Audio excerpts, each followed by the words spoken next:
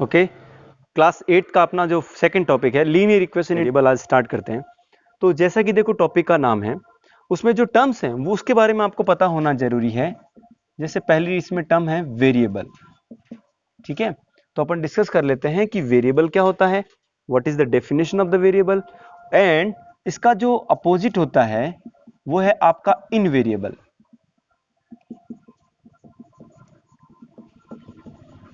ठीक है बेटा। तो वेरिएबल, वेरिएबल क्या होते हैं? वो सारी टर्म्स जिनकी वैल्यू चेंज होती है, जिनकी वैल्यू चेंज होती है, यानी कि नॉट कांस्टेंट,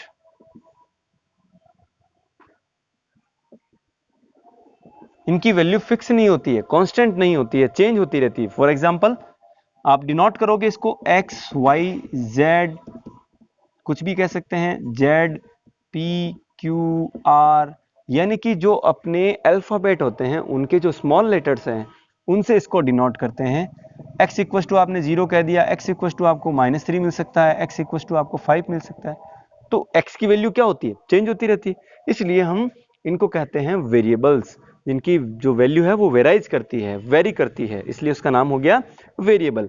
अब इसका उल्टा इनवेरिएबल्स क्या होते हैं, यानी कि जिनकी वैल्यू क्या होती है? चेंज नहीं होती है।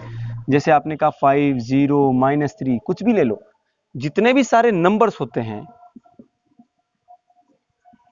ठीक है बेटा, तो वो सब क्या कहलाते हैं? इनवेरिएबल्स कहलाते हैं, और ये इनकी वैल्यू चेंज नहीं होती है।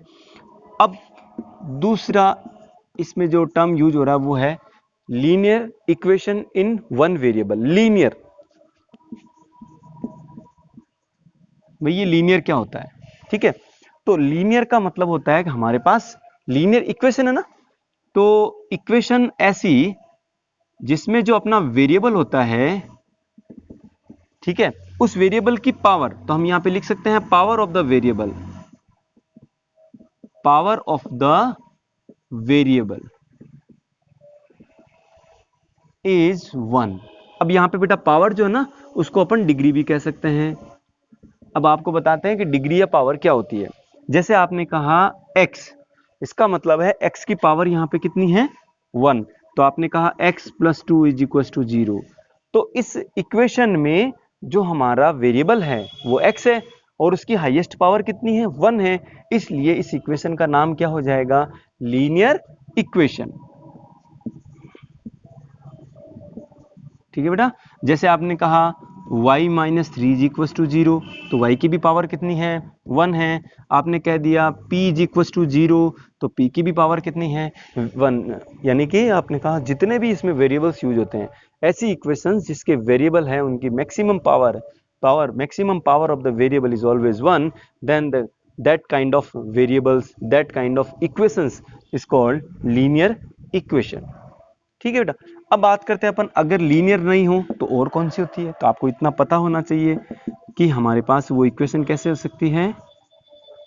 क्वाड्रेटिक हो सकती है। वो इक्वेशन कैसी हो सकती है? क्यूबिक हो सकती है। यहां तक आप देखिए। तो अगर आपके पास क्वाड्रेटिक है तो आप कह सकते हैं पावर और डिग्री, कुछ भी कह सकते हैं आप, of the variable, of the is 2, power of the variable is 2। for example x square minus 2x plus 5 is equals to 0। आप कह सकते हैं y raised to power 2 is equals to 0। तो यहां पे देखो आप, जो वेरिएबल है उसकी मैक्सिमम पावर कितनी है? 2 है, इसलिए इसका नाम हो जाएगा क्वाड्रेटिक। और क्यूबिक में क्या होता है? जैसे आपने कहा x raised to power 3, तो पावर कितनी हो गई? 3। तो अभी तक सिर्फ आपको इतना ही समझना है कि हमारा ये जो चैप्टर है इसमें जितने भी वेरिएबल्स आएंगे उन सब वेरिएबल्स के पावर कुछ भी नहीं लिखी होगी, इसका मतलब वहां पे पावर कितनी है? 1 है। ठीक है, तो इसलिए उसका नाम हो जाएगा लीनियर इक्वेशन। और बेटा इक्वेशन तो आप समझते ही हो, है ना। इक्वेशन और पॉलिनोमियल में डिफरेंस क्या होता है मैं आपको ये बताऊंगा। इक्वेशन क्या होती है? जैसे आपने कहा x - 2 = 0, तो आप देखो बीच में कौन सा साइन आपने कहा में लिया? इक्वल का। तो इक्वल के जो इधर होता है ये पार्ट कहलाता है LHS, यानी लेफ्ट हैंड साइड, और इक्वल के उधर वाला पार्ट क्या कहलाता है? RHS यानी कि राइट हैंड साइड, ठीक है। तब ये जाके क्या बनती है, इक्वेशन बनती है। यानी कि जैसे अपन वेट मशीन होती है अपनी, ठीक है, वेट करते हैं ना, तो वो इक्वल इक्वल वेट है, इक्वल हैं दोनों। तो ये तो हो गई आपकी जो इक्वल का साइन, और जब भी इक्वल का साइन यूज होता है तो उसे हम क्या कहते हैं, इक्वेशन। जबकि अगर मैं बात करूं पॉलिनोमियल, ठीक है बेटा, तो पॉलिनोमियल क्या हो गया, x-2। इसमें इक्वल का साइन नहीं होता तब वो पॉलिनोमियल होता है, और जब इक्वल का साइन यूज होता है तब क्या होता है, वो इक्वेशन होता है। आगे अपना टॉपिक है पॉलिनोमियल का, जिसमें अपन पढ़ेंगे, इसमें 2 टर्म्स है तो बाइनोमियल हो गया, 1 टर्म होगा तो मोनोमियल होगा, 3 टर्म्स होगा तो ट्राइनोमियल हो जाएगा। तो पॉलिनोमियल के बारे में अपन और आगे डिस्कस करेंगे, तो वहां पे आपको हमेशा इस तरह से ये टर्म्स मिलेगा, तो उसमें इक्वल का साइन नहीं होगा। तो ये है आपके मेन इंपॉर्टेंट इस टॉपिक से रिलेटेड टर्म्स, जो इस इक्वेशन में, इस टॉपिक में अपन बार बार यूज करेंगे, ठीक है। अब स्टार्ट करते हैं अपनी एक्सरसाइज 2.1।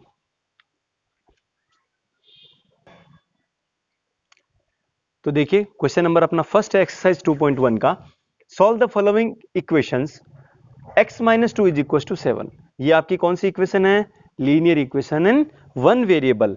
अब यहां पर हमेशा याद रखना, इसमें जितने भी क्वेश्चंस आएंगे हमेशा वेरिएबल कितना होगा, 1 होगा। जैसे मैंने कहा x plus y is equal to 3, तो इसमें देखो वेरिएबल्स कितने हैं, नंबर ऑफ वेरिएबल्स कितने हैं, 2 है ना।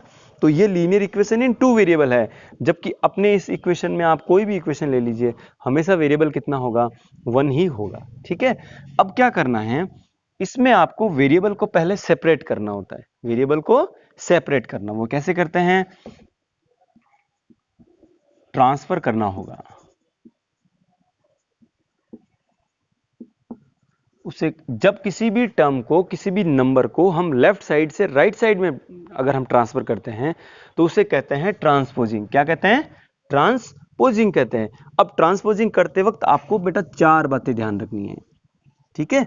नंबर 1, अगर आपका इक्वल के इधर पॉजिटिव है, कोई भी आपका टर्म्स, कोई भी नंबर हो सकता है, कोई भी वेरिएबल हो सकता है, इनवेरिएबल कुछ भी हो सकता है, जब भी उसका ट्रांसफर होता है राइट साइड में तो उसका साइन चेंज हो जाता है। पॉजिटिव है वो नेगेटिव बन जाएगा, नेगेटिव वाला क्या बन जाएगा, पॉजिटिव बन जाएगा। अगर कोई टर्म मल्टीप्लाई में है, जैसे यहां पे देख सकते हैं आप, ये है देखिए 6 इंटू एक्स, तो जब हम 6 को डिवाइड ट्रांसफर करेंगे, ट्रांसपोजिंग करेंगे, तो इधर x के साथ जो मल्टीप्लाई होता है वो कहां पे जाएगा, डिवाइड में जाएगा। तो मल्टीप्लाई वाला चला जाता है डिवाइड में, और जो डिवाइड में होता है, जो डिवाइड में होता है वो कहां चला जाता है बेटा, मल्टीप्लाई। इंटरचेंज है, यानी पॉजिटिव नेगेटिव में और नेगेटिव पॉजिटिव में, ये दोनों इंटरचेंज होते हैं और ये दोनों इंटरचेंज होते हैं। यानी कि मल्टीप्लाई वाला डिवाइड में और डिवाइड वाला मल्टीप्लाई में। ये आपके 4 बेसिक रूल्स हैं, जो आपको अगर पता है तो आगे कोई प्रॉब्लम नहीं आने वाली है। तो अब क्या करेंगे, ट्रांसपोजिंग 2, आपने इस 2 का क्या किया, ट्रांसपोजिंग किया। तो ध्यान दे बेटा, आपका वेरिएबल इधर कौन है, x है। तो देखिए ये जो 2 है ना, वो किस साइन के साथ है, नेगेटिव साइन के साथ है। यानी कि ये -2 को आप ट्रांसफर कर रहे हो उधर, तो वो उधर जाएगा तब कैसा हो जाएगा, प्लस हो जाएगा, और x की वैल्यू हो जाएगी 7 + 2 कितनी हो जाएगी, 9 हो जाएगी।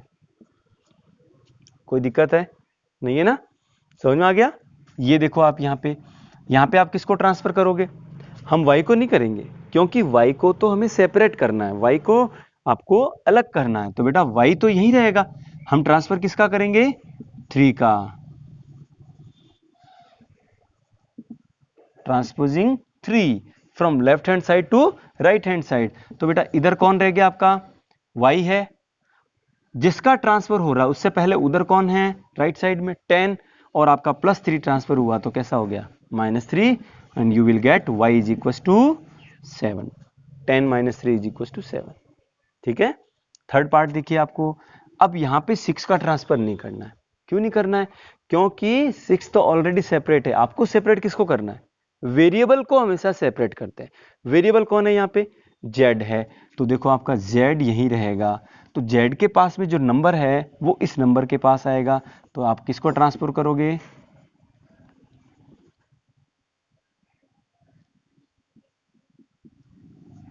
ट्रांसपोजिंग 2, ठीक है। तो आपने 2 का ट्रांसफर किया तो देखो इधर कौन है आपका जेड ही है ना, तो इधर इक्वल का साइन है, इधर कौन था 6।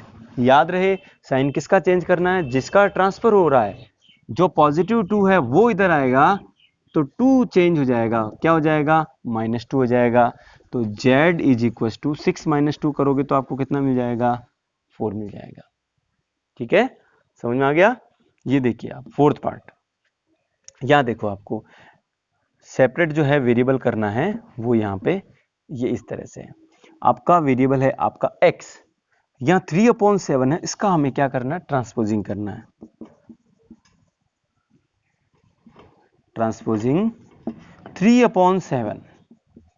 ठीक है, तो जैसे आपने 3/7 तो इधर वेरिएबल कौन है आपका x, तो ये अभी भी यही है, x यहाँ है, राइट हैंड साइड में कौन है, राइट हैंड साइड में 17/7 है, तो 3/7 पॉजिटिव ट्रांसपोजिंग हुए तो कैसे हो जाएंगे माइनस में हो जाएंगे, and x is equal to, अब आपको देखो दोनों का डिनोमिनेटर क्या है इक्वल है, तो डिनोमिनेटर इक्वल है तो आपको एलसीएम 7 ही आएगा, और ऊपर जो है जब इक्वल होते हैं ना तो डायरेक्ट लिख सकते हैं हम 17 - 3, तो 17 - 3 कितना गया 14, और अपॉन में है 7, 7 की टेबल 14 में 2, तो आप कह सकते हैं x की वैल्यू कितनी है 2 है।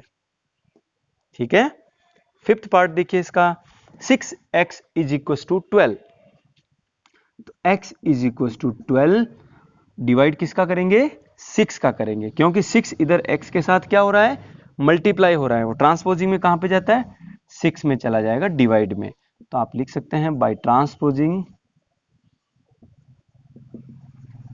6, हमने किसका ट्रांसफर किया 6 का किया, और 6 जैसे डिवाइड किया 12 को तो कितना टाइम आया गया 2 time, x is equals to 2 is the right answer for this question. Then find out finally sixth question, t/5 is equals to 10, transposing किसका करना है 5 बाई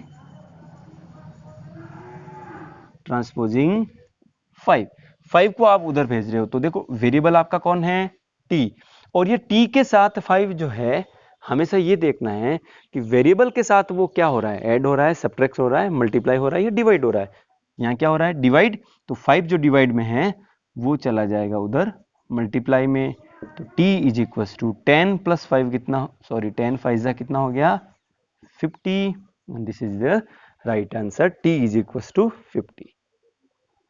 ठीक है, हो गया।